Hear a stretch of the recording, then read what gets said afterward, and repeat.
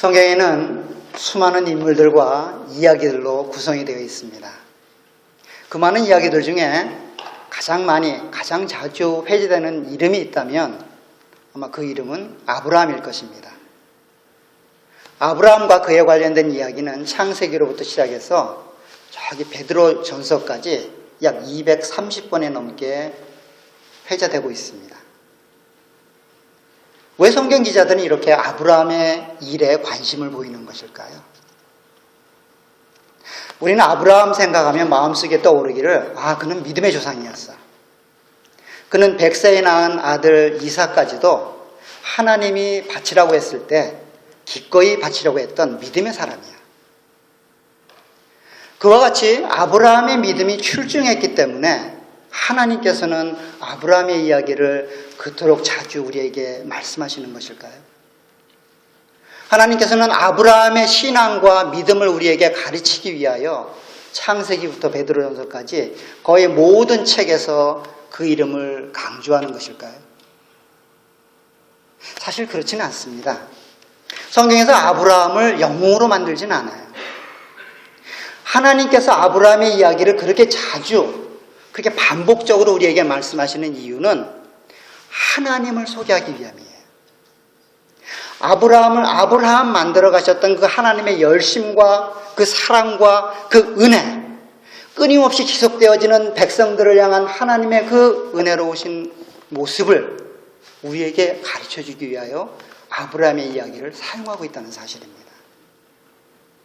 그런 점에서 아브라함의 이야기와 아브라함이라는 인물은 우리를 위한 이그젬플이죠. 아브라함의 이야기를 계속해서 우리가 읽고 들을 때에 우리가 기억해야 될 것은 믿음의 사람이었던 아브라함이 간 길을 바라보는 것이 아니라 그 믿음의 사람이 하나님의 사람으로 변해가고 하나님을 신뢰하게 될 때까지 하나님께서 어떻게 일하셨는지 그 하나님을 보셔야 돼요. 그와 같은 이야기를 우리에게 가르쳐주기 위하여 하나님께서는 아브라함의 이야기를 계속해서 우리에게 말씀하고 있는 것입니다. 오늘 특별히 저는 아브라함을 부르시고 아브라함의 이야기가 시작되는 초반부에 해당하는 창세기 12장 1절로 9절 말씀을 통해서 여러분들과 함께 은혜를 나누고자 합니다. 특별히 여러분들을 향한 하나님의 사랑을 발견하는 시간이 되시길 소원합니다. 아브라함을 끊임없이 교육하시고 끊임없이 은혜를 베푸셔서 하나님의 사람으로 만들어 가셨던 그 하나님의 역사와 그 하나님의 은혜를 깨닫는 시간이 되기를 소원합니다. 그 하나님을 만나는 시간이 되시기를 주의 이름으로 부탁을 드립니다. 오늘 본문을 보면 특별히 하나님께서 아브라함을 부르시는 이야기로 시작을 하고 있습니다. 자, 12장 1절, 2절, 3절을 보시면 하나님께서 아브라함을 부르시는 이야기가 기록되고 있습니다. 자, 1절에 보면 여호와께서 아브라함에게 이르시되 너는 너의 고향과 친척과 아비의 집을 떠나 내가 내게 보여줄 땅으로 가라. 내가 너로 큰 민족을 이루고 내게 복을 주어 내 이름을 창대케 하리니 너는 복이 될지라. 너를 축복하는 자에게는 내가 복을 내리고 너를 저주하는 자에게는 내가 저주하리니 땅의 모든 족속이 너로 인하여 너로 말미암아 복을 얻을 것이라 하신지라. 하나님께서 아브라함을 부르실 때의 내용을 종합해 보면 크게 두 가지입니다. 첫 번째는 하나님의 명령이 들어가 있고요. 그것이 바로 1절의 내용이고, 그리고 두 번째 내용은 그 명령에 순종했을 때에 하나님께서 어떠한 복으로 아브라함을 인도하실 것인가 라고 하는 하나님의 복에 대한 내용이 2절과 3절에 대해서 기록하고 있습니다. 오늘 저는 1절 하나님의 명령에 대한 부분에 집중하려고 합니다. 기회가 있으면 2절에 대한 부분들은 나중에 또 기회가 있으면 나누길 바라고요. 자, 이제 하나님께서 아브라함을 부르셔서 말씀하시는데 첫 번째 말씀이 뭐라는 겁니까? 너의 고향과 친척과 아비의 집을 떠나라는 거예요. 첫 번째 명령은 떠나라는 겁니다. 하나님께서 어느 날 아브라함에게 나타나서 떠나라고 말씀하시는 거예요. 사실 이 말씀은 하나님께서 이루실 하나님의 구원의 역사가 아브라함에게 전혀 어떤 조건이 없다고 하는 것들을 보여주기 위한 말씀이에요. 당신은 오늘날과 같은 국가가 형성되어 있던 그런 시대가 아닙니다. 아주 오래전 이야기잖아요. 가족들 혹은 부족들이 자기들의 생명을 유지하면서 살아가는 거예요. 그런데 오늘 본문이 뭐라고 명령하고 있습니까? 그 가족을 떠나라는 거예요. 사실 가족을 떠나고 자기가 속한 친족들을 떠나는 것은 위험한 상태에 자기의 목숨을 내놓는 것과 같죠. 어느 누구도 이 아브라함의 삶을 보호해 줄 수 있는 보호장치가 없는 것이 되는 거예요. 그리고 두 번째는 뭐라 그럽니까? 두 번째는 내가 내게 보여줄 땅으로 가라는 거예요.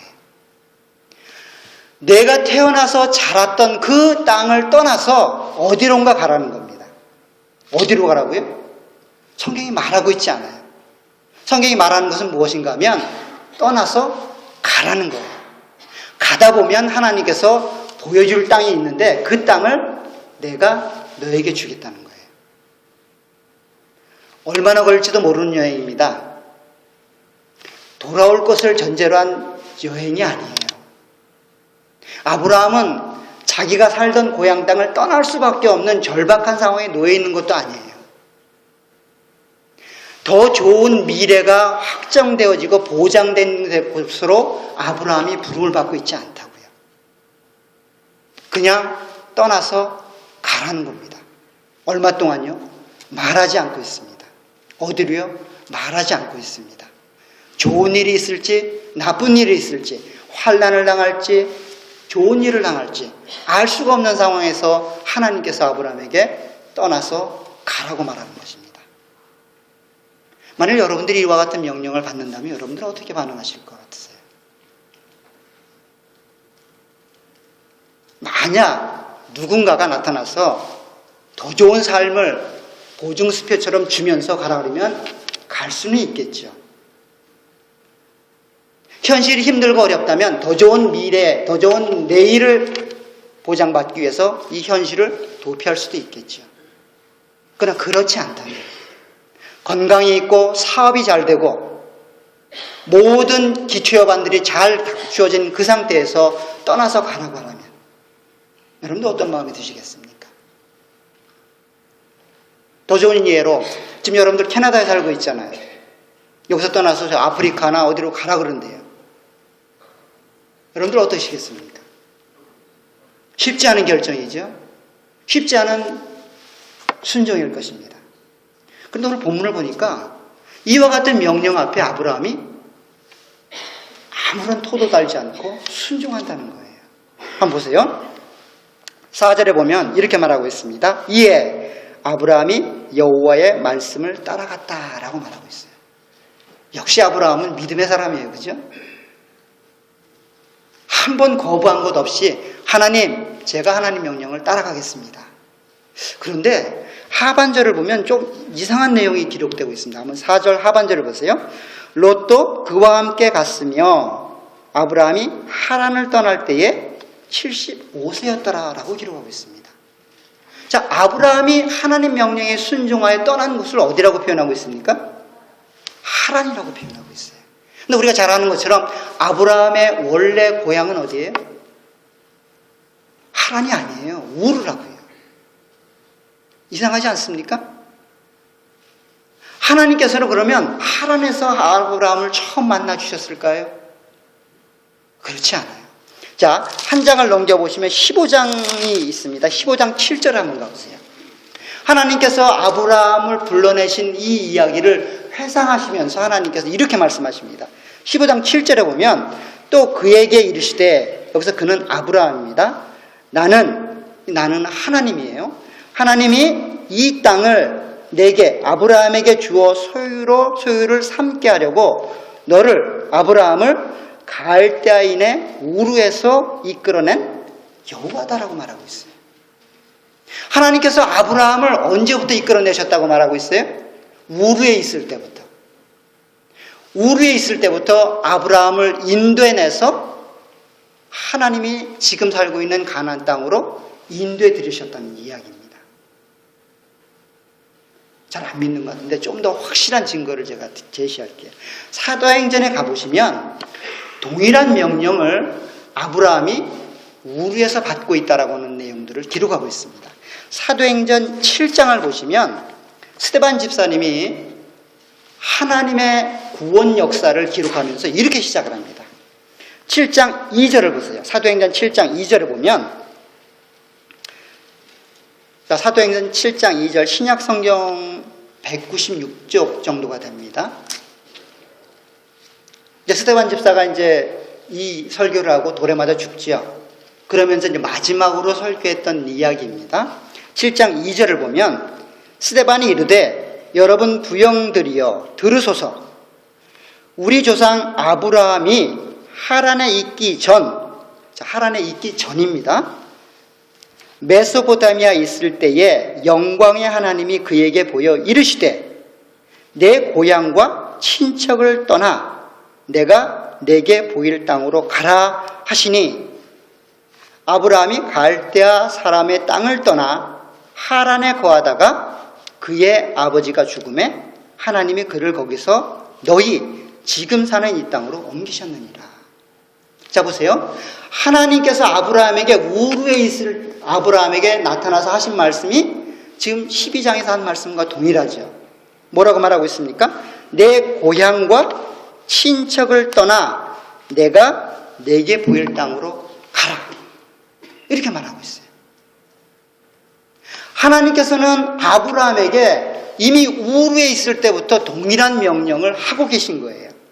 그 명령이 뭐였어요? 떠나라는 거예요. 그리고 가라는 거예요. 너희가 가지고 있는 이 모든 기반적인 상황을 떠나서 내가 보여줄 그 땅으로 가라는 거예요. 근데 참 놀라운 것은 그 당시 하나님께서 아브라함에게 나타나 이러한 명령을 하실 때에 아브라함의 그 환경적인 조건이 결국 하나님이 아브라함을 찾아오실 만한 아무런 근거가 없다라고 하는 것들을 성경이 우리에게 말씀하고 있어요. 아브라함의 믿음이 출중했기 때문에 하나님이 찾아오신 것이 아니에요. 아브라함을 찾아가지 않으면 안 될 만큼 그가 귀중한 인물이었기 때문에 하나님이 아브라함을 찾아가는 것이 아니라고요. 특별히 여호수아는 이 자신의 백성들에게 마지막으로 이 땅을 주셨을 하나님을 어떻게 섬겨야 되는지 말씀하시면서 그 아브라함과 그 아브라함의 가정이 어떤 상태에서 부름을 받았는가라고 하는 것들을 우리에게 말씀해 주고 있습니다. 자, 여호수아 한번 보세요. 여호수아 24장을 보시면 성경을 자주 찾으니까 힘드시죠? 자, 여호수아 24장을 한번 보세요. 여호수아 마지막 장에 해당됩니다. 2절을 보시면 하나님께서 이렇게 말합니다. 여호수아를 통해서 아브라함이 어떤 조건에서 하나님의 부름을 받고 있는가라고 하는 것들을 이렇게 말씀하십니다. 자, 구약 성경 356쪽 정도가 되는데요. 여호수아가 모든 백성에게 이르되 이스라엘의 하나님 여호와께서 이같이 말씀하시기를 옛적에 너희의 조상들 곧 아브라함의 아버지 나홀의 아버지 데라가 강 저쪽에 거주하여 다른 신들을 섬겼으나 내가 너희 조상 아브라함을 강 저쪽에서 이끌어내어 가나안 온 땅에 두루 행하게 하고 그 씨를 번성하게 하려고 그에게 이삭을 주셨으며. 자, 무슨 말입니까? 아브라함이 하나님을 만나고 하나님의 명령을 받았을 때에 그의 가정이 어떤 가정이었냐면 이방 신들을 섬기는 가정이었다라고 표현하고 있어요.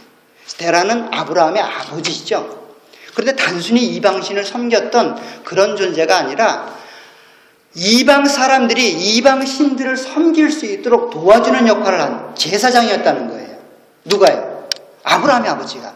오늘날로 말하면 목사고 이런 사람들이었다는 거예요.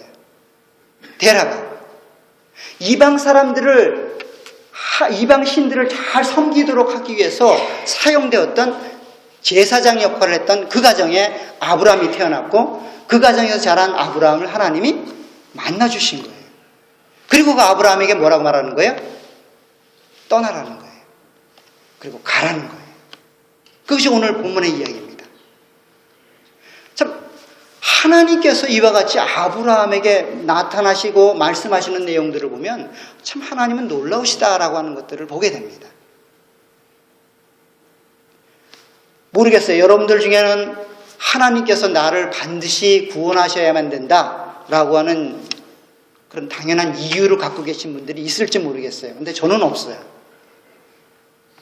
어느 날 하나님이 저를 만나주셨어요. 저는 어릴 적에 교회를 다니지 않았거든요. 한국의 아주 시골 촌동네에 태어났기 때문에 교회가 동네에 없었어요. 그래서 교회를 다닐 수가 없었어요. 중학교 다닐 때까지 교회의 이야기나 예수님의 이야기를 접해보질 못했어요. 왜냐하면 학교에 가도 뭐 집에 근처에 있어도 교회가 없으니까 아주 옛날 얘기잖아요. 그죠? 지금이야 뭐 다 있죠. 인터넷이나 모든 것들을 통해서 다 접할 수 있지만 그래서 제가 살 때는 물론 여러분들보다 훨씬 발전된 시대에 살고 있었지만 여전히 교회를 접해보지 못했습니다. 그런데 고등학교 때 우연히 친구의 전도를 받아서 교회를 가게 됐어요. 그리고 하나님을 알게 됐다고요.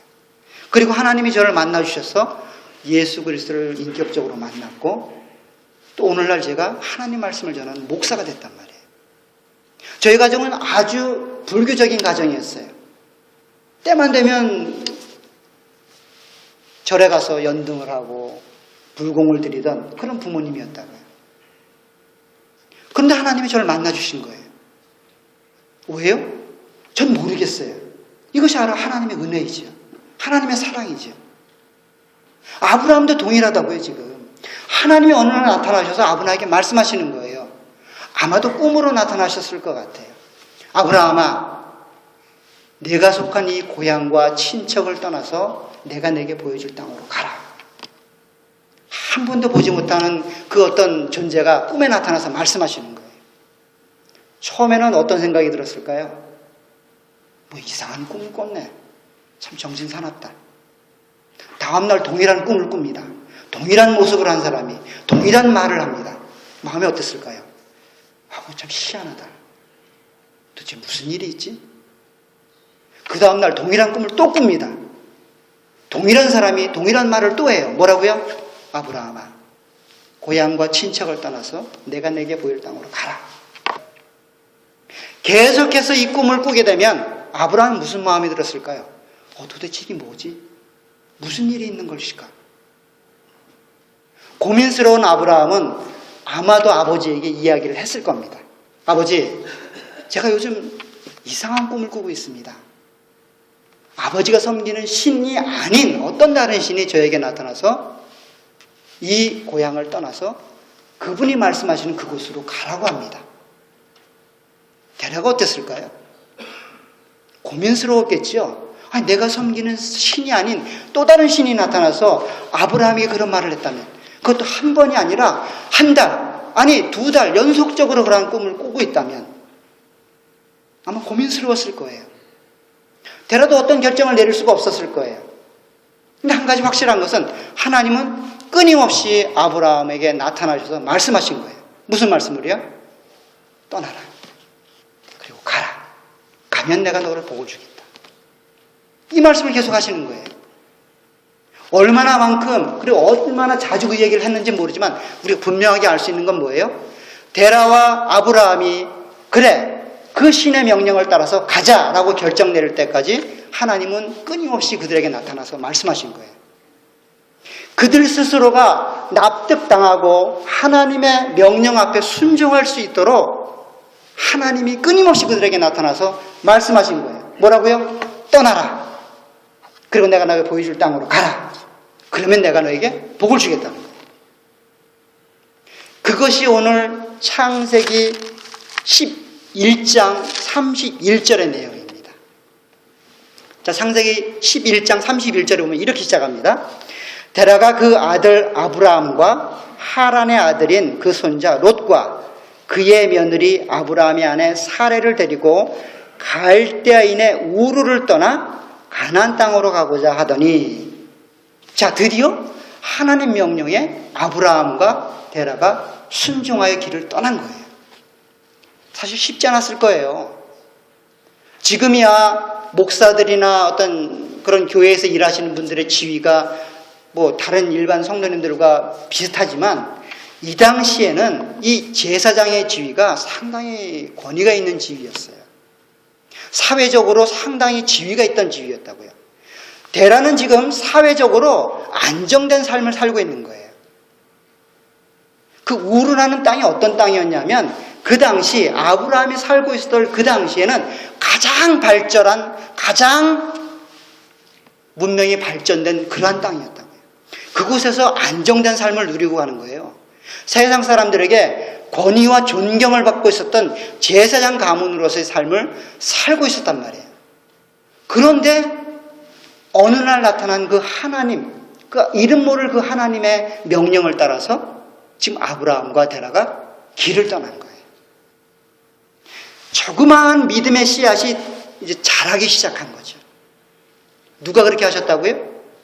하나님이 그렇게 하신 거예요.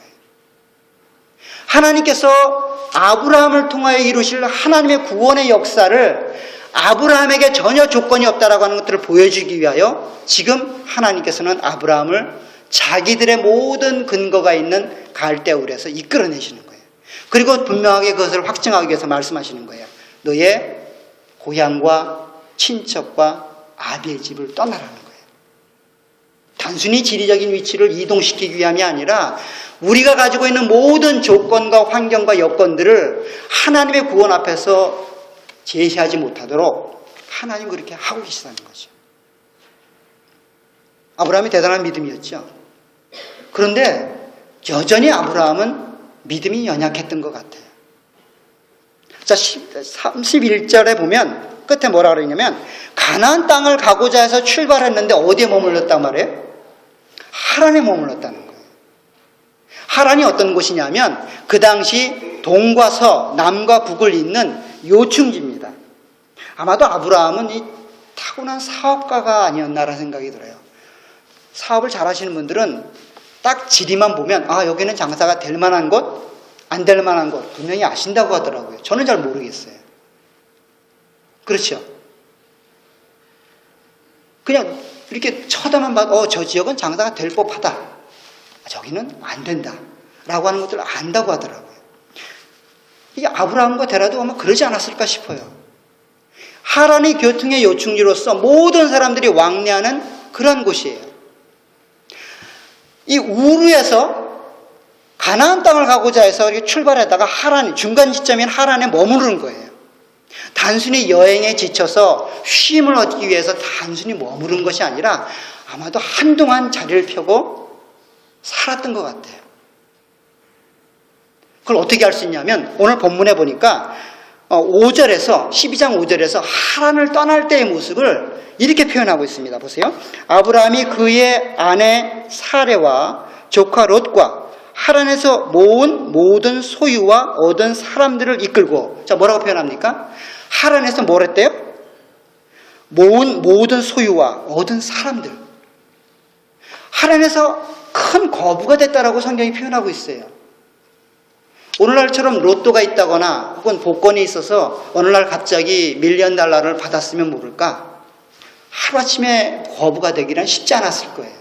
특별히 아브라함의 직업이 목축업이었다라고 하는 생각을 하게 되면 양 키우고 소 키우고 염소 키워서 거부가 되려면 도대체 몇 년을 일을 해야 될까요?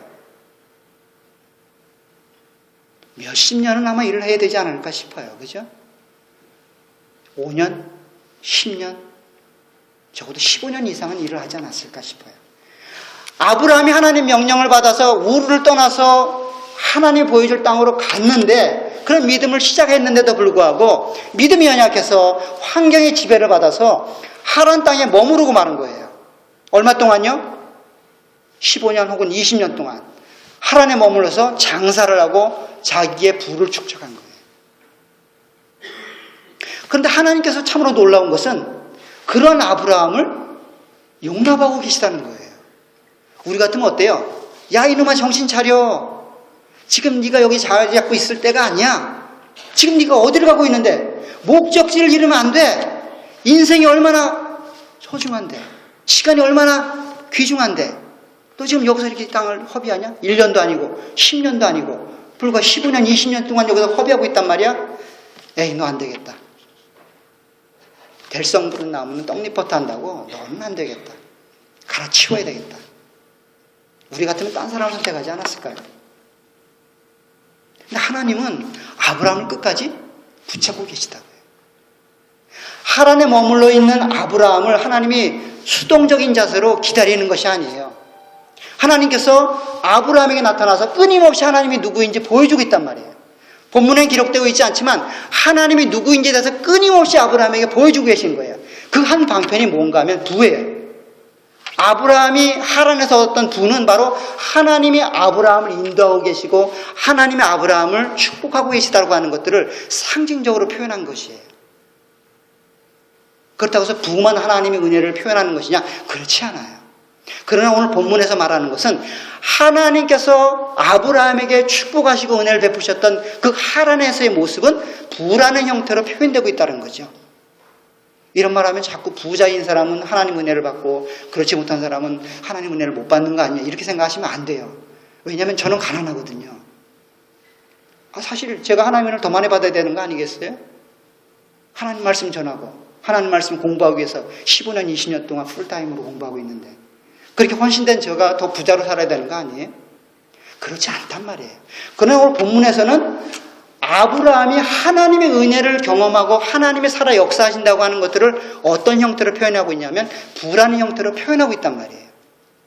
하나님께서는 아브라함을 기다려주시되 그냥 수동적인 자세로 그래 네가 돌아올 때까지 내가 지켜보고 기다리겠다, 이게 아니라 네가 돌아오지 않으면 안 될 만큼 내가 너에게 부를 쏟아주겠다는 거예요. 네가 돌아오지 않으면 안 될 만큼 너를 인도하고 은혜를 베풀겠다는 거예요.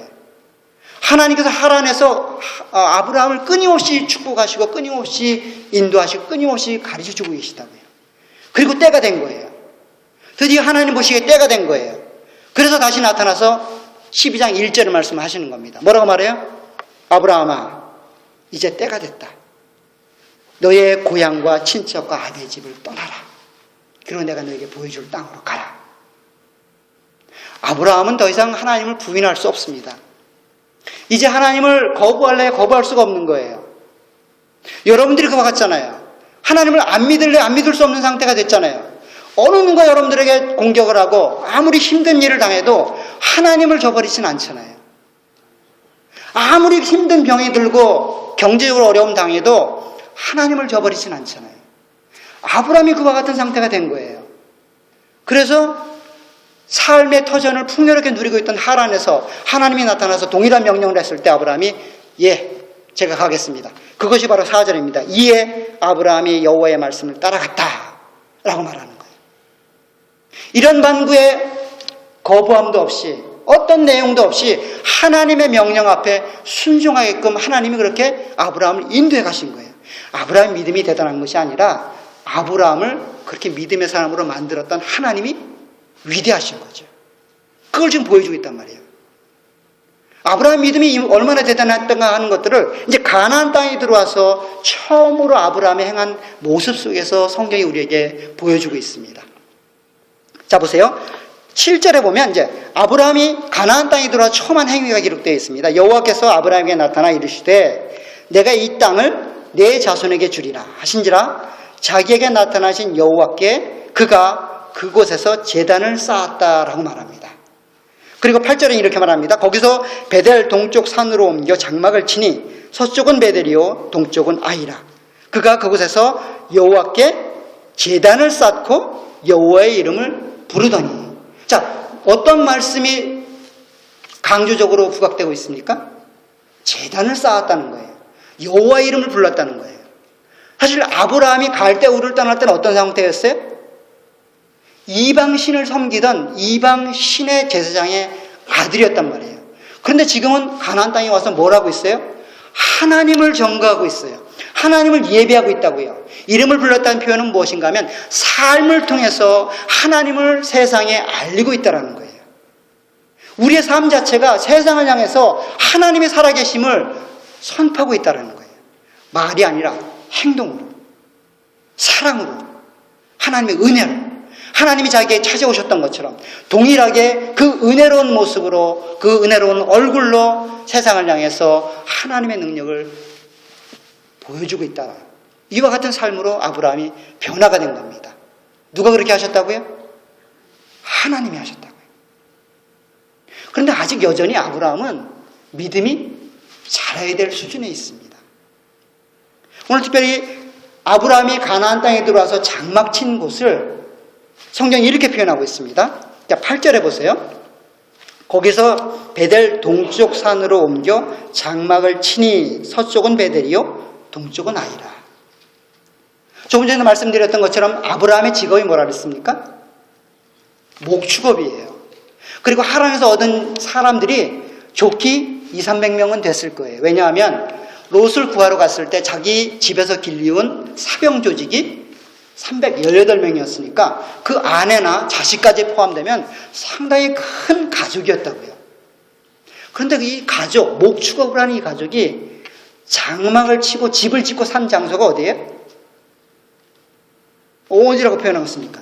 산에다가 장막을 쳤대요. 상식적으로 생각해 보세요. 여러분들 같으면 어떠시겠어요? 물론 뭐 염소 2~3마리 키우고 양 2~3마리 키우면 산에 가서 장막을 친들 무슨 어려움이 있겠어요? 그렇잖아요. 그죠? 그러나 200~300명이 되는 대식구가 삶의 터전을 누리고 살아갈 장소라면 평지에다가 장막을 쳐야 되지 않을까요? 지극히 정상적인 사람이라면 평지에다가 장막을 쳐야 되잖아요. 그런데 오늘 산에다가 장막을 쳤대요. 더 놀라운 것은 이 장막 친 장소를 두 도시의 이름으로 표현합니다. 하나는 베델이고 하나는 아이다라고 말하고 있어요. 이 베델과 아이 사이에 장막을 쳤대요. 근데 그 산간지방이었는데 이 베델이 무슨 뜻이냐면 벳엘, 하나님의 집이란 뜻이에요. 하나님이 임재하는 장소라는 것이에요. 아이는 뭘까요? 아이는 폐허가 된 땅, 죄악의 땅, 이런 의미예요. 하나님이 임재하는 곳과 죄악이 머물러 있는 세상, 이 중간에서 아브라함이 삶을 살아가고 있는 거예요. 오늘날 말은 뭐예요? 세상과 교회의 양다리를 거치고 있는 거예요. 하나님을 믿고 있는데 삶의 원리와 방식, 내가 행하는 모든 사업과 모든 일들의 원리와 원칙은 세상적인 논리로 따라가는 거예요. 그건 너무 세상적인 방법 아닙니까? 그래도 그래야 살아. 이게 세상 사는 방법이야. 너는 너무 신앙적으로 살아서 그렇게 못 사는 거야. 초세수를 배워야지. 우리 모두가 그러고 있지 않나요? 세상과 교회와 양다리를 거치고 하나님 은혜를 구하면서 여전히 삶의 방식으로는 세상 방법을 취하고 있다고요. 누가 그랬다고요? 아브라함이 그랬단 말이에요. 하나님을 예배하고 하나님의 사람으로 변화가 됐음에도 불구하고 여전히 아브라함은 하나님에게 교육받고 훈련되어지고 성숙해가는 여지가 남아있는 사람이에요. 하나님께서는 계속해서 아브라함을 훈련시키시죠. 언제까지요? 17장이 될 때까지. 17장에 가면 아브라함이 드디어 우리가 잘 아는 이름으로 아브라함이 돼요. 열국의 아비가 되죠. 하나님이 인정해 주시는 거예요. 그러면 그 열국의 아버지가 될 때까지 13장, 14장, 15장, 16장에서 일어났던 수많은 일들은 뭐예요? 하나님 보시기에 아직 미완성된 믿음의 소유자였다는 거예요. 아직 하나님이 아브라함을 가르쳐야 될 여지가 많이 남아있다는 거예요. 잘 안 믿으시네요, 여러분들. 자, 그럼 13장 한번 보세요. 13장 보면 이 산간지방에 아브라함이 장막을 쳤던 장소를 13장에 가서는 다르게 표현합니다. 잘 보세요. 13장에 보면 이제 애굽에서 이제 올라오면서 자기가 살던 그 땅에 다시 돌아오는 모습을 표현하고 있는데, 자, 3절을 보세요. 3절을 보면 그가 네게부에서부터 길을 떠나 베델에 이르러, 자, 뭐라고 표현합니까? 베델에 이르며 베델과 아이 사이 곧 전에 장막 쳤던 곳에 이르렀다. 자, 12장에서는 뭐라고 그랬어요? 베델 동쪽 산에 장막을 쳤다 그랬죠. 베델에 있는 산이 아니라 베델 동쪽에 있는 산이에요. 근데 13장에 보면 뭐라 그래요? 베델에 이르렀다라고 표현을 해요. 자, 12장에서 무슨 일이 있었냐면 애굽에서 엄청난 일을 경험하거든요, 사실. 아브라함이 경험하지 못했던, 우리 누구도 경험할 수 없는 그런 일을 경험해요. 어떤 일이에요? 아내를 누이라고 속여서 왕에게 빼앗기죠. 참 킬칠지 못한 것 같아요, 아브라함이. 아무리 믿음이 없어도 그렇지 자기 아내를 누이라고 속여서 다른 남자한테 뺏기는 게 그게 모르겠어요. 제 생각으로는 잘 이해가 안 됩니다. 근데 그러한 일들 속에서 하나님이 아브라함과 사라를 보호하시죠. 아브라함이 충격을 먹은 거예요. 하나님의 위대하심이 여기까지 범하는구나. 하나님이 우리를 지키시고 인도하는 것이 이만큼 위대하구나. 내가 설령 잘못된 일을 했음에도 불구하고 하나님께서 그 일을 막아주시는구나. 우리 하나님 최고다 라고 생각하는 거예요. 그러니까 믿음이 성숙해서 다시 돌아왔을 때는 성경 기자가 뭐라고 표현한 거예요? 베델에 이르렀다라고 표현하는 거예요. 하나님의 집에 이르렀다고 표현하는 거예요. 이전의 장소보다 한 걸음 더 하나님 쪽으로 옮겨간 거예요. 우리도 그렇잖아요. 신앙이 자라가면 자라갈수록 신앙이 똑같진 않잖아요. 물론 더디죠. 더디단 말이에요. 그러나 신앙이 자라고 있다고요. 어제와 오늘이 같지 않잖아요. 나는 같은 것 같은데 다른 사람이 볼 때는 같지 않아요. 자라고 있다고요. 아이들은 얼른 어른이 되고 싶어해요. 아이들은 1년이 모르게 훅훅 자라잖아요. 근데 아이들은 뭐래요? 빨리 어른이 됐으면 좋겠대요. 아직도 키가 더 컸으면 좋겠대요. 우리가 볼 때는 한 키, 두 키만 키는데. 우리가 그와 같다고요. 우리의 믿음이 자라고 있다고요. 아브라함의 믿음이 자랐던 것처럼 우리의 믿음이 자라고 있다고요. 누가 그 일을 하세요? 하나님이 그 일을 하고 계시다고요. 하나님이 그 일을 여러분들 가운데 진행하고 계시단 말이에요. 아브라함의 역사를 통해서 우리가 그것을 보셔야 돼요. 여러분들 이민 삶이 참 녹록치 않죠? 쉽지 않아요. 저도 한 10여 년 살다 보니까 여기 왜 왔나 싶을 정도로 힘들고 어려워요. 처음에 왔을 때는 참 들뜬 마음으로 왔는데 살다 보니까 쉽지 않아요. 물론 여러분들은 저보다 훨씬 더 어려운 삶을 경험하셨을 거라고 생각됩니다. 근데 그러한 일들 속에서 하나님이 여러분들과 함께 하신다는 사실을 잊어버리지 말기 바랍니다. 아무리 힘들어도 하나님이 여러분들 버리지 않는다니까요. 아무리 어려운 상황이 있어도 하나님이 여러분들을 저버리지 않는다니까요. 하나님이 응답하지 않는 것 같죠? 그러나 하나님이 살아 역사하세요. 하나님이 여러분들을 만져주지 않는 것 같잖아요. 하나님의 응답이 너무 더디잖아요. 근데 하나님이 지금도 일하고 계시단 말이에요. 누구를 위해서요? 여러분들을 위해서. 여러분들 한 사람 한 사람들을 믿음의 사람으로 만들어가기 위해서. 아브라함을 아브라함 만들어갔던 것처럼, 믿음의 사람으로 인도해갔던 것처럼 하나님은 끊임없이 쉬지 않고 우리를 인도해 가실 것입니다. 그러니 포기하지 마십시오. 낭망하지 마십시오. 힘들고 어려운 일이 있어도 하나님을 저버리지 마십시오. 그 하나님을 기대하십시오. 하나님이 인도해 가실 것이라고 하는 것들을 여러분들 기대하십시오. 특별히 사도 바울은 우리의 삶과 하나님과의 이 사랑 관계를 이렇게 표현합니다. 마지막으로 우리 로마서의 말씀을 보시면서 말씀을 드릴까 합니다. 로마서 8장에 가면 이런 말을 합니다. 로마서 8장 38절에 가면 이제 끝에 가서 이제 사도 바울이 이런 고백을 합니다. 신약성경 251쪽 정도가 되는데요. 자, 확신에 차서 이제 사도 바울이 하나님의 사랑에 대해서 항변하는 겁니다. 세상을 향해서, 하나님의 백성들을 향해서. 내가 확신하노니 사망이나 생명이나 천사들이나 권세자들이나 현재일이나 장래일이나 능력이나 높음이나 깊음이나 다른 어떤 피조물이라도 우리를 우리 주 그리스도 예수 안에 있는 하나님의 사랑에서 끊을 수 없느니라. 설령 내가 죽음으로 내몰린다 할지라도, 불치의 병에 걸려 죽는다 할지라도, 내 사업이 망해 없어진다 할지라도, 세상으로 향해 욕을 먹고 질타를 받는다 할지라도 나는 하나님의 사랑 안에 붙잡힌 사람이다 라고 하는 것들을 잊지 마시기 바랍니다. 하나님이 이 일을 위해서 여러분들을 부르셨어요. 하나님이 이 삶을 만들어가기 위해서 여러분들을 지금까지 인도해 오셨다고요. 그 하나님을 기대하시기 바랍니다. 벌써 2015년 한 달이 지났어요. 개혁 세운 게 엊그제 같은데 벌써 숲으로 돌아간 계획들도 있을 겁니다. 내 의지와는 상관없이 멀어진 계획들도 있을 겁니다. 그러나 포기하지 마십시오. 다시 한번 시작해 보십시오. 그리고 하나님을 기대하십시오. 하나님이 이루실 일들을 소망하십시오. 그러면 하나님께서 여러분들에게 여러분들이 생각지 못하는 더 크고 위대한 일들로 역사해 주실 것입니다. 그 하나님을 경험하시고 그 하나님을 만나시고 그 하나님을 체험하시는 한 해가 되시고 한 주간이 되시기를 주의 이름으로 부탁드립니다. 기도하겠습니다. 하나님, 저희들의 삶이 힘들고 어렵습니다. 어느 누구보다 잘 아시는 하나님께서 저희들 가운데 말씀하여 주시고 은혜로 함께 하셔서 하나님의 살아계심과 하나님의 역사하심을 우리가 알 수 있도록 은혜를 베풀어 주옵소서. 너무 힘들지 않도록 저희의 삶을 인도해 주옵소서. 고난과 환난과 문제들로 인하여 하나님을 망각하지 않도록 우리가 가지고 있는 모든 문제들을 해결하여 주옵소서. 올 한 해도 주님을 위해서, 주님의 영광을 위해서 살아가는 저희들이 될 수 있도록 은혜를 베풀어 주옵소서. 예수님의 이름으로 기도합나이다.